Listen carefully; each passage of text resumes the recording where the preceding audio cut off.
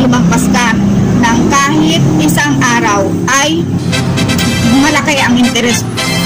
Hi! Good morning! Ayan, so credit card day na naman. At magbabayad tayo ng 86,000 mahigit na bayaran natin sa credit card na walang interest. So, nung May 4, nag-statement date na yung credit card natin sa RCBC ng May 4. So, May 5 ang grocery tal natin.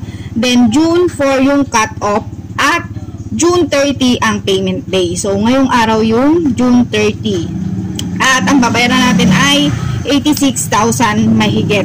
Ginamit natin yung pera na naipon natin sa grocery ng 57 days na walang interest. So, eto na yun guys. Ito ay worth 57,000. Tapos yung 30,000 ay nandun na sa ating bank. Nauna na siya doon. So, papakita ko na lang dito para mabuo natin yung 87,000. At paano nga ba? Ayan.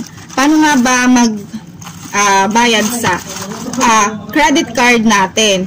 Kung nagdi-deposit lang sa bangko. And then, yung savings ko doon, yun yung ita-transfer ko doon sa credit card natin na number.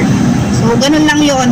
Kapag bank to bank yung process is, ang processing time niya is same day na mailalagay yung bayad natin. Pero kapag lumagpas ka ng kahit isang araw ay malaki ang interest. Parang 1%, more than 1% a day. So, yun lang guys. Ayan. Congrats sa atin kasi nakabayad na tayo ng utang. Ay, wait. Magbabayad pa lang tayo ng utang. So, subscribe.